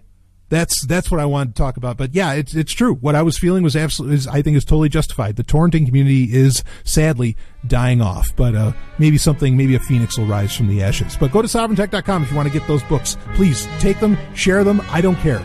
Okay, do whatever you want with them. Read them, most importantly, and I'm going to be doing a review of them on a Patreon show. All right, we'll be right back with some more Sovereign Tech. Hey, you like torrenting, you like the open source movement, you love all that stuff? Let me tell you what you do. Why don't you show it off? Because they have like Pirate Bay stickers. Why don't you show it off with some stickers from Unix Stickers, okay? What I want you to do, this is the website, this is the URL you need to use, stickers.sovereigntech.com. Stickers.sovereigntech.com. You'll get $5 off your first order. They'll know you heard about it on Sovereign Tech, and because they know Sovereign Tech's all about open source, baby. Go ahead, put Linux stickers, Bitcoin stickers, put it all over your laptops, whatever the hell you want. They even have t-shirts. Go for it. Stickers.sovereigntech.com. Hit the website, and I thank Unix Stickers for being on board with the show. 1337A, 1337B, 1337C. This has to be a server. Bioweapon master plans. Nostra, you fucking morons. Only an organization that is the descendants of the Nazis would actually name their bioweapon files bioweapon. They should really listen to a tech podcast to learn how to secure their shit. Dr. Goldblossom, I'm ready for pickup. Tell Stephanie to be ready. Oh, Agent Sovryn. I wasn't expecting you. Stephanie is a little indisposed at the moment. Are you two... We'll be right there to pick you up. Hold tight. Sure. I'll just wait here. Intergalactic Super Spy. Guess I'll just play a video game while I wait. Game Talk. Woo! All right, super quick with Game Talk this week because I wanted to talk about what Gabe Newell was saying about about with Valve that they're going to be making games again, but there's more to explore within that story. And also I want to talk about what's going on with Toys R Us. But we're going to save that also for next week. What I do want to tell you about, something you get to walk away from. I love it when you get to actually walk away with something to use or to do from Sovryn Tech. And this game is called Princess Rescue. Really what it should be called is Super Mario Brothers 2600. When I say 2600, you gamers know exactly what I'm talking about. We're talking about Atari, the Atari 2600, just one of the greatest gaming systems of all time. One of the first, not the first, but one of the first. And it's amazing. Play this. Check it out. I put a link in the show notes so you can download it. Just hook it up to Stella, to an Atari emulator, whatever you've got. Maybe you've got one on your phone even. And it looks, for 2600 graphics, which are really, lower end graphics even than what the NES could put out there, it amazingly really looks like Mario Brothers. It looks like Mario. They did such a great job with this, and they put so much into it. You can even shoot fireballs. There's a second button option within it where you can toss a fireball. The Atari 2600 didn't even have a second button. This is brilliant. So I want you to check it out. I mean, it really plays like Mario Brothers. And it's not just some simple rehash. You got to see it to believe it. Princess Rescue. Go download it. Give it a shot. Oh, I guarantee you're going to have a great time, especially if you love Atari like I did. All right. Woo. Tell you what, while you're also picking up some things, why don't you go to darkandroid.info and you get your hands on the Dark Android book that can tell you all about how to secure or reclaim your privacy with your Android device. Go to darkandroid.info. That's the website. Woo. Let's get back to the show. Dr. Goldblossom, I can really use a pickup right about now. I really can't outrun these security bots forever. We're almost at your position, Agent Sovryn. I have the electromagnetic pulse cannon charged. There he is. Those bots are mine.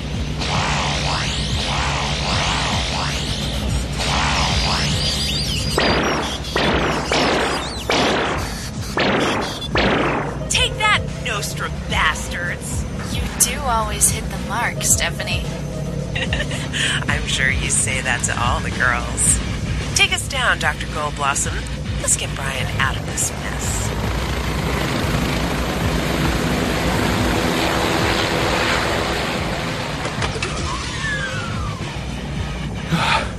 Thanks. And about time. What are you two doing anyway? Oh, just being the future. Wild card. I tell you, at some point, we got to get to that second show a week because I am just trying to cram so much into each episode of Sovryn Tech every single week. And there's no, 2 hours can't really contain it as well anymore, though I keep trying for that. But the affiliates are just used to it now. I used to warn the affiliates when the show would go longer. And now it's just it's going to end up going a little bit longer. And it's tough to keep it wrapped up into 2 hours. But at some point, maybe I can get back to that. Maybe when we get to 2 episodes a week, I can actually make it where each episode is more of a set amount of time. But anyway, we're not here to talk about that. This is a story from Quartz that I thought was fascinating and plays off of a theme that we've been talking about over the past few months. And I'll give you the headline, and it's How to Read Less News But Be More Informed, according to a futurist. So there's 10 points given here. And the idea basically is that this guy, Richard Watson, okay, who, he teaches at I think at a London college, he's talked to by many, many, many different, companies and everything. I mean, he's a futurist. Okay, what is this going to mean in the future? People know what futurists are. And interestingly, this guy doesn't even, you'd think to be a futurist, you've got to have your pulse on what's going on. I mean, some people call me a futurist. I don't know if I'd take that moniker, but whatever. I'm fine with that. But you got to keep your pulse on what's going on. You've got to know every little bit of information that you could possibly stuff into your upstairs databanks, right?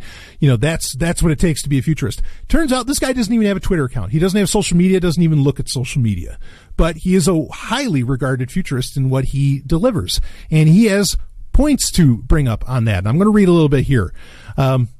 He says, instead of focusing on what everyone is already talking about, Watson hunts down unusual knowledge. He shared with Quartz his approach to creating a smart information filter, a net that captures what's happening and what really matters without making you a slave to information of fleeting importance.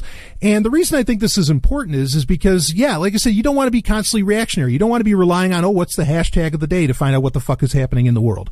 And I've said this all the time. Like, I get a lot of stories that people want me to talk about into Sovryn Tech, and and this is long before this story is like super fresh, March 6th. I mean, so, I've said this long before I read the story, but I feel the same way as this guy does, where you want to take in, okay, what's actually going to matter? Like, what are people going to remember 5 minutes, even just 5 minutes later? Because most people won't remember anything after 5 minutes.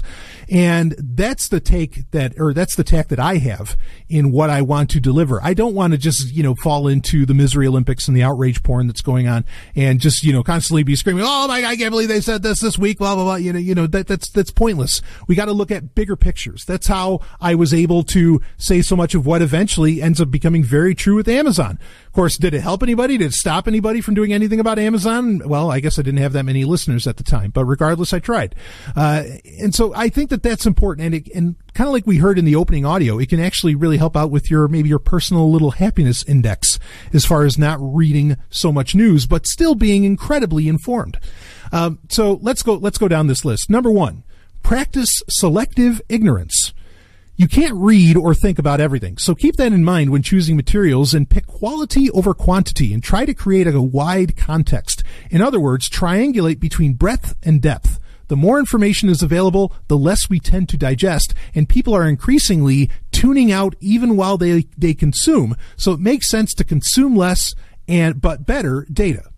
Number 2, burst the bubble. Watson advises that we randomly pick up books and magazines and strike up conversations with strangers. These random acts of interest in strangers and unusual communications break your information consumption routines and expose you to unique insights. I agree with this completely. This one especially, I mean, number 1 certainly makes sense. Like, look for better information. And in fact, this is why I've talked about really over the past couple of years, like, I've gotten back into reading magazines because it's more of a curated collection of this knowledge. And it's a slower collection and compilation of all the information that's going on and all the stories that are going on. Like monthly publications, not weekly ones. Even those can fall prey to, to problems that are being described here.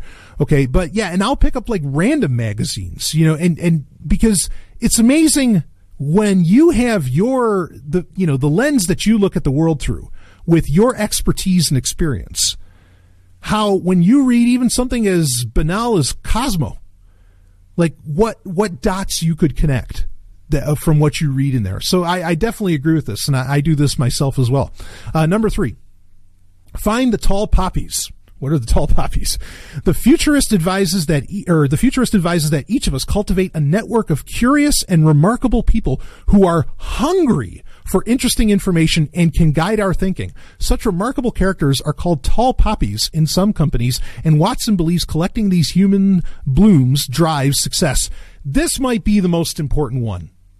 This number 3 right here, as far as like how to be better informed, going forward, and how to read less news, is that you can have people around you in your circle of, your circle of friends, circle of influence, sphere of influence that, are into all these diverse areas.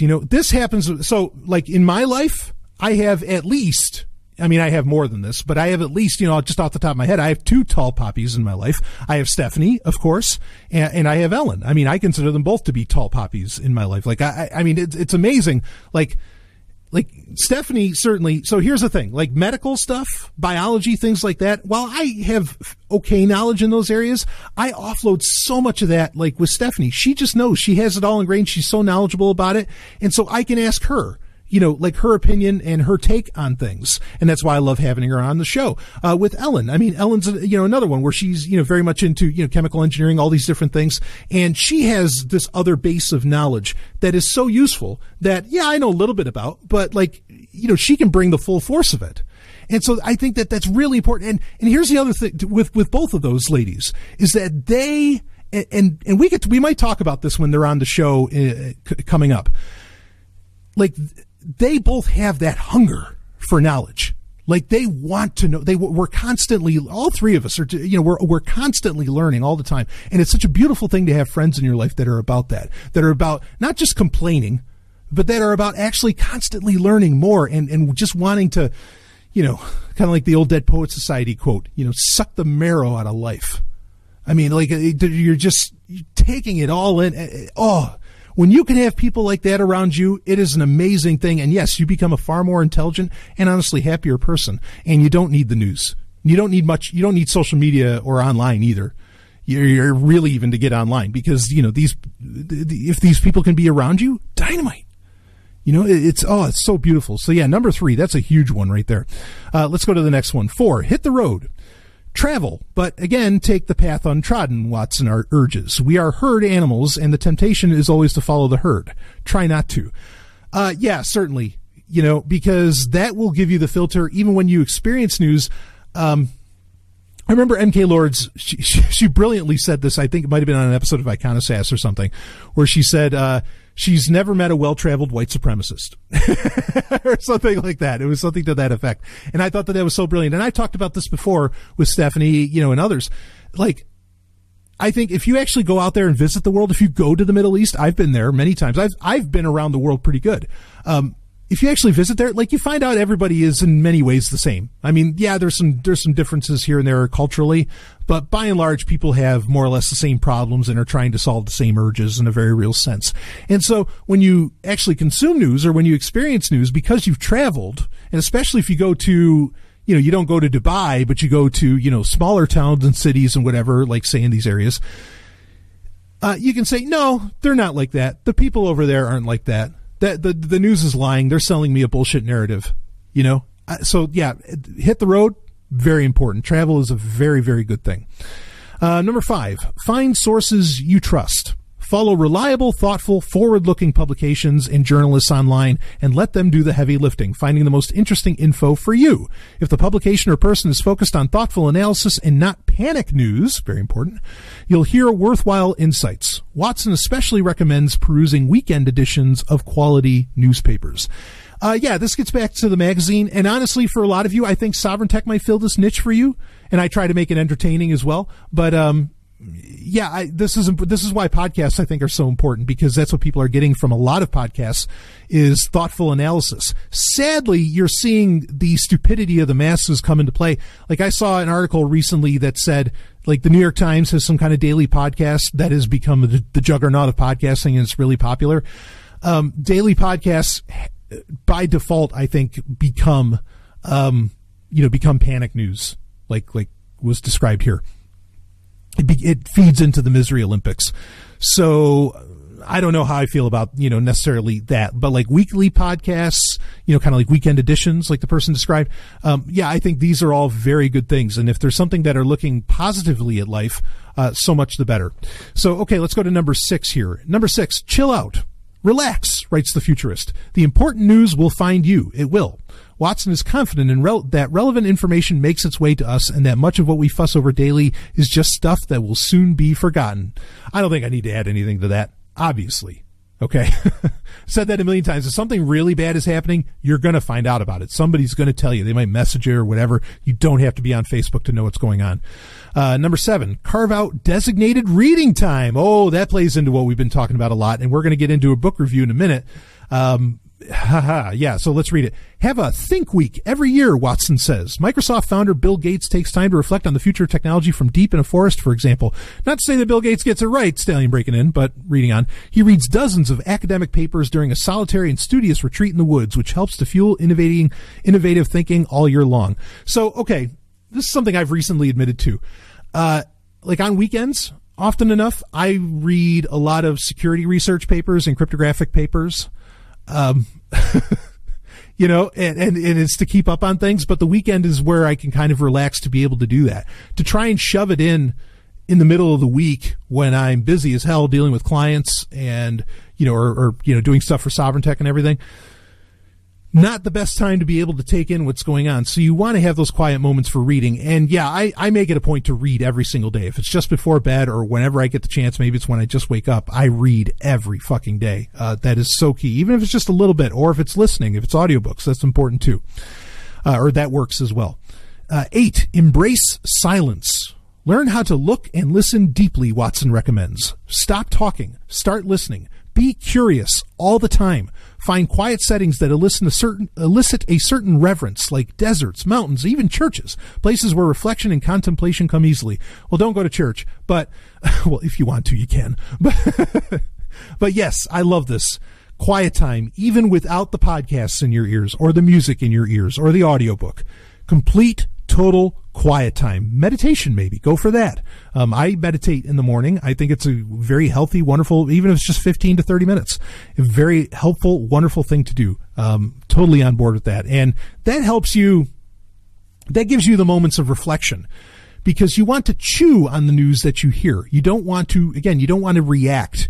Okay, maybe can we call that reaction porn or something? You don't want to fall into that. You want to chew on it. You want to think about it. Most things in life you have very little control over other than what's happening to you. And if it's direct news like that, you're finding out about it. You know, it's not something that you're going to read in the paper anyway, and you need to solve it right away. Fine. Okay, but the bulk of the things going on in the world, no. Take time, breathe, relax. Then figure out how to react to it, or if it even matters. Figure out if it even matters. Number 9, get off social media. Fuck yes! Absolutely. Common knowledge is common, it says, and there's a glut of it online, but surprising info collected by curious oddballs is precious, valuable, and worth hunting down. Watson says, become cynical about trends. Watch for counter trends. Visit the fringe. Yeah, and the fringe is not on social media. Ever. Okay, and even if it were,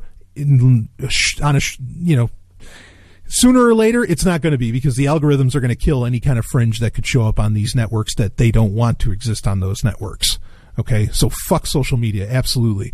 10, go dark. Woo! Finally, switch communications off once a week and every evening. If you are brave, Watson says, dare to not own a cell phone. Watson's approach is counterintuitive but consistent and can be basically summed up in one principle. Be contrarian. Get smart by not worrying about where the crowd is going. Fuck, yes. Be an individual out there, folks. And don't get swept into the tide. And being on social media and constantly looking at the news and blah, blah, blah is just getting swept up in the tide. Don't do it. Consume it slowly, thoughtfully, without engaging in reaction porn.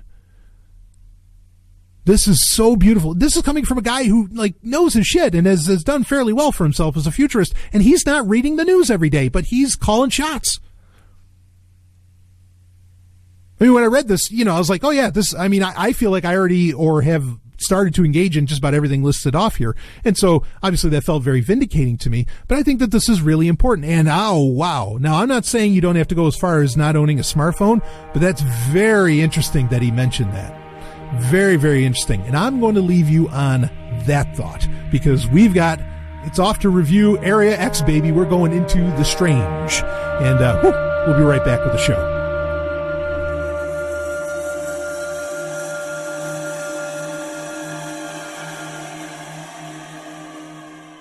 Babylon 5 ended a great war and united 100 alien races in peace. Danger didn't die. It just went underground, with new heroes and new evils to carry the torch. We need to make sure they all understand we will not be intimidated. What is wrong with you people? We have to protect him against himself. It's an entire new season of Babylon 5, with all new episodes. Babylon 5 is available for download on your favorite torrent site. See it now to experience the greatest show in television history. Babel 5.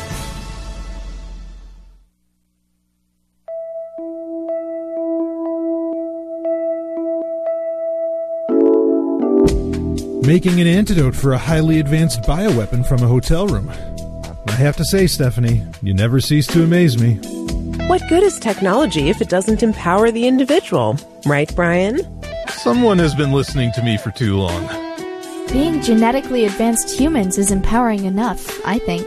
Dr. Goldblossom, we don't talk about that in public. Dr. Goldblossom, you naughty, naughty girl. Oh, dear. You're going to have to punish me, Mistress Stephanie. Ladies. And Master Sovryn is going to have to punish me too, I think. You get over here, you little... Yes, Mistress Stephanie.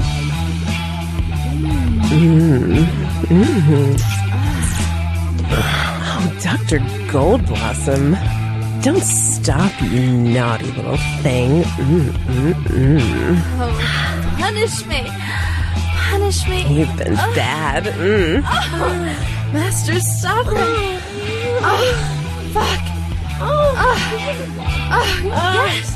That's perfect. Oh, Signet. Doctor. You two are so fun.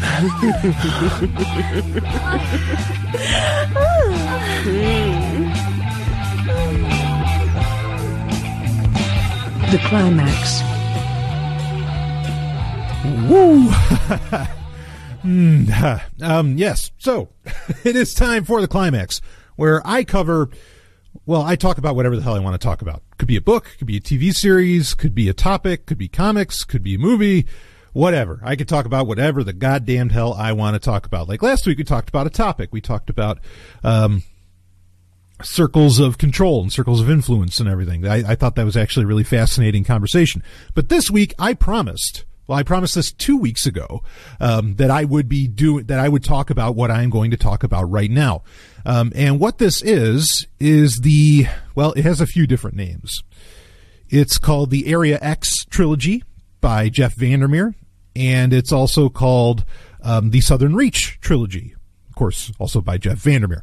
It's 3 books that all came out pretty much within months of each other, starting in like 2014, I believe. And the 3 books are Annihilation, Authority, and Acceptance. Now, the reason I said that I would talk about these books, is because the first one just recently came out as a movie that I pretty much enjoyed. Ellen and I went and saw it, and she enjoyed it too. And, just a wild film. And I said, you know what? I was like, there's gotta be so much more to this. There's gotta be so much going on. I'm gonna have to read the books. Like now I've got to read the books. I gotta find out what the hell the deal is here. Okay. Cause the movie certainly leaves you with a lot of questions. And honestly, so I have read all 3 books now in the past 2 weeks. And, I see the movie very differently. I still enjoy the movie. In fact, I suppose maybe one of the most important questions that I could answer, and I'll answer it here, is what do you like better, the books or the movie? The movie, and I'll explain why. But regardless, I did read all of the books. And I think it's been a little while since I've actually done a book review, certainly not an entire trilogy, for the climax for Sovryn Tech. I've done them before, but anyway, I'm going to make this a more common thing just because, I've been pushing so hard for people to actually read books instead of the internet as late. So, why not? How about I incentivize you by actually reviewing books that you can check out? In fact, in the Sovryn Tech newsletter, which you can sign up for at zog.email, the sign-up bar is right at the top. You can't miss it. In the Sovryn Tech newsletter now, I am actually putting in, there's a section in the newsletter that... and the March one is yet to come out, but it'll be out later this month, because the newsletter is once a month. But in the newsletter, there's now a section that covers just all the books that I've read this month, some of the books that perhaps Ellen has read, and some of the ones that maybe Stephanie has read. And I might include other people in the future, but certainly from the 3 of us, what we're up to and what we're reading. So that might not be a bad place to follow along to see what books might get reviewed in the future on Sovryn Tech. It's not always going to be, a book review, but I enjoy these, and I think people really want to hear book reviews, maybe for a few reasons. One is they're a voracious reader. They like to know what I think about something. 2 is maybe they don't want to actually read, but they want to have a review and maybe some insight into a book that might be very popular. And either's fine. I want you to read, but, either's fine. But this is one where, because the first book in this trilogy, Annihilation, which, of course, the movie was named after, is one of, it's a Nebula Award winner. It's considered a great novel. Now, I'll say this much. Jeff Vandermeer is a great writer of prose. How about I put it that way? A great writer of prose. I am not going to say that he has the best ideas in the world, but as far as his actual ability to write, hell of a writer. Especially since these books have varying perspectives. Like the first book, Annihilation, is written pretty much, it's kind of as, okay, spoiler alerts, folks. There's going to be spoilers. Just trust me, because you're going to want them, okay? Because you might not walk away from these books understanding what the fuck they were saying. Even I'm still a little bit cloudy on everything that was going on, okay? And I'm pretty good at picking out detail, but you know, and interpreting things when people are being kind of vague. But anyway, the first book is largely a bunch of journal entries, so it's like a first-person narrative, okay? The second book is third-person perspective with a completely different character. And then the third book, the second book was Authority. Third book, Acceptance, actually has like three different perspectives. It comes from three different characters. You sort of have three different storylines running, almost like the works from Dan Simmons with the Hyperion Cantos and all. I mean, there's plenty of books that do multiple perspectives. That's not such a strange thing. Me personally, you know, just getting this out of the way, I hate the first-person perspective. The only book I've ever like really, really been willing to slough through that has that first-person perspective is like Joseph Conrad's Heart of Darkness. You know, because I get the importance of that, and you know, and I've read that multiple times. But otherwise, I hate the first-person perspective. Give me the encyclopedic view of what is going on. Give me the godlike view, you know, of the world that I am inhabiting in the book. I'm all about the third person. Second person, oh boy. I mean, I know some people dig that, like with erotica or whatever. Even in erotica, give me the third person, like the third person perspective. Hey, and give me the third person too, hell. But regardless, so I thought, like, Annihilation has such a like the mystery that goes on in the first book, Annihilation, is so engaging that you can kind of, like me, I can ignore the first person narrative, but it kind of hurt it for me. I don't know if, actually, honestly, I don't know if I could have gotten through the first book if I hadn't seen the movie, quite frankly. Now, let's talk a little bit about comparisons between the books and the movies here quick. The movie, as I said in my review, which was 2 episodes ago, so what would that have been, episode 265 or 266 of Sovryn Tech, where I did a full review during the climax. The movie was made apparently, and this is one of the areas where things get a little muddy. The movie was made before the entire trilogy was written. However, and here's one of the main differences between the movie and at least the book of its namesake, that being the first book in the series. The movie is kind of an amalgamation of at least the first 2 books. Maybe not so much the third book, because the third book is very different. But it's an amalgamation of very much of Authority and Annihilation in that movie, because like the whole interviewing of Natalie Portman's character in the movie of Annihilation, that actually doesn't happen until Authority. You know, in the area, I'll call it the Area X trilogy, even though I think maybe most people know it as the Southern Reach trilogy. I don't know. When you buy it, it's called Area X. So, also the ending of the film is, I mean, there's a lot of really, really big differences between the film and, you know, and what Alex Garland put on screen. And I love Alex Garland's work. In fact, they just he's the director and writer. He also did Ex Machina. Now we just found out that he did a movie that I loved, which was Dread with Carl Urban, that came out. What was that, 2012 or 2011 or 2012, when that came out, which people have been clamoring for a sequel for that, because that was so solid. It's not shocking, because like the books as well as the movie of Annihilation are what one could argue to be very psychedelic experiences. In fact, Ellen, you know, picked up on that pretty quickly. And, you know, like knowing Alex Garland, like I think Ex Machina, there are parts of that are kind of a psychedelic experience. And then certainly psychedelics are a major part of the entire Dread film. So, or the film of Dread with, you know, Carl Urban and Lena Headey.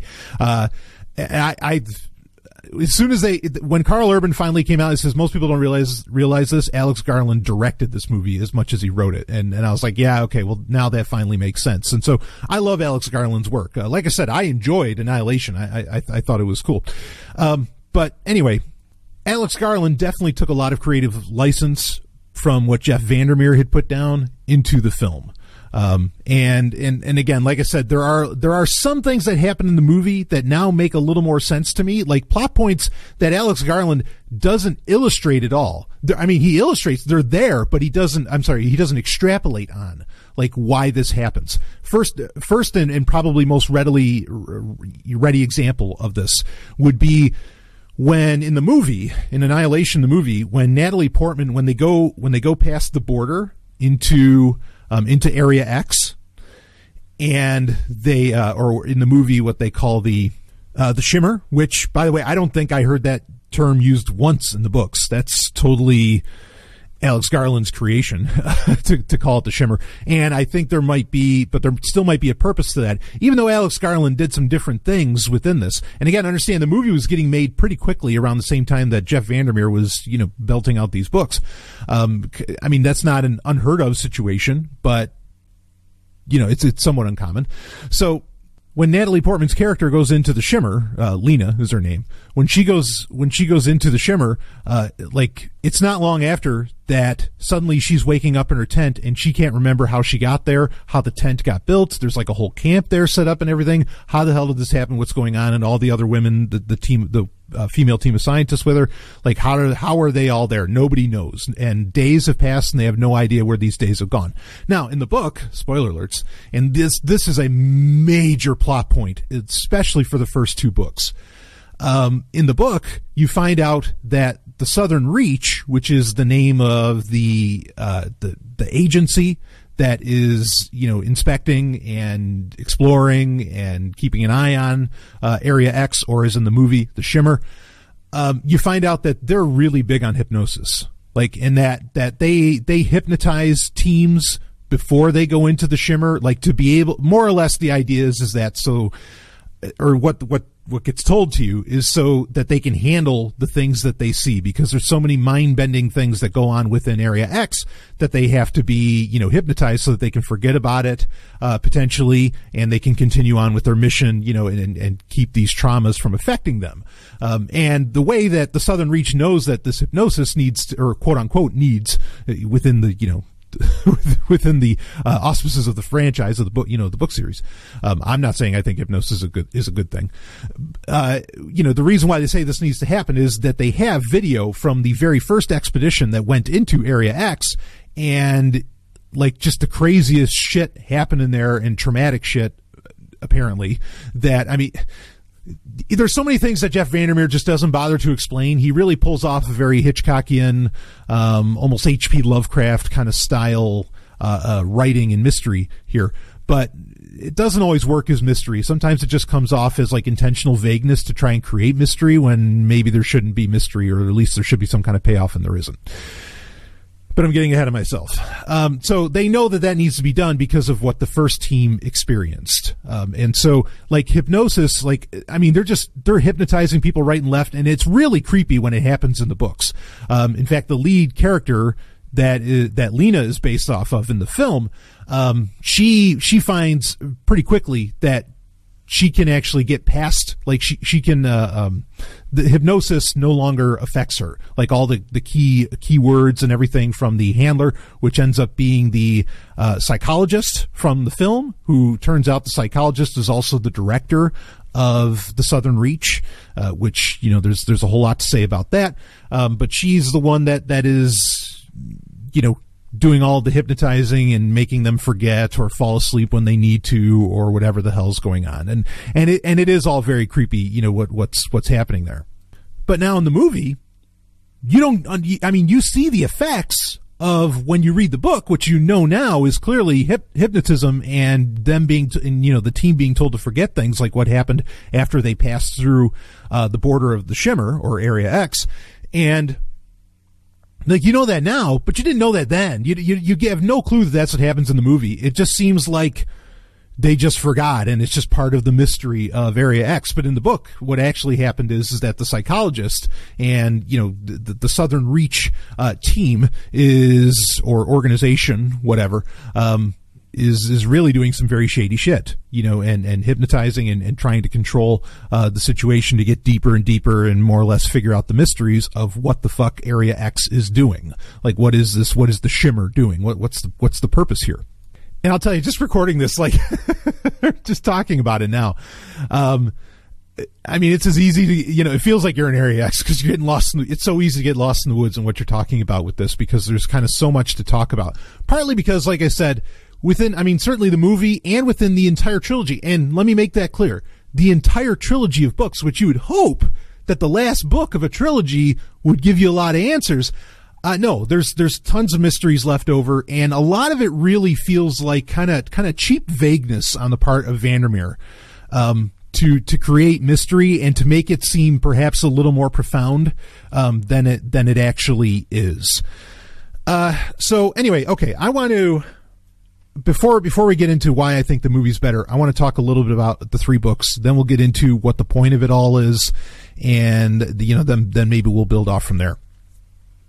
So, the first 3 books, let's talk about that, or the first 3, the 3 books. Let's talk about Annihilation. Again, like I said, I get it why it's good. It is an engaging story. I did not like, Vandermeer's a great writer. Like, the prose is fine. I'm just saying that like, I hate that first person perspective. But you get through that. You don't really have any answers of what's going on. Everything is very strange, much like it is in the film. But it's so engaging, and it's an absolute page turner, in that sense. I, of course, listened to audiobooks of all 3 of these. The first book is narrated by a woman, and she did a phenomenal narration job. It was very enjoyable to listen to that. It felt like a scientist, and almost deadpan. It almost felt like the way Natalie Portman's character delivered her lines in the film. So that was cool. I mean, and understand, I'm coming from this. I think a lot of people went to go see that movie who, like, were maybe fans of the book first or of the books first. Though, let me put that out there too. Most people, universally, it seems that the first book is considered great. The second 2 books, it's more of like an 80-20 split, 20 thinking that they're enjoyable, 80% of the people thinking that those books are fucking nuts and like just went way out of whack. Like that they were just crazy and pointless. We'll talk about that. So anyway, the first book, yeah, I mean, that was really cool what you get. And follows a lot of what happens in the film. Okay. There's nothing in, I didn't really feel like there was much in the first book that didn't get explored in the movie.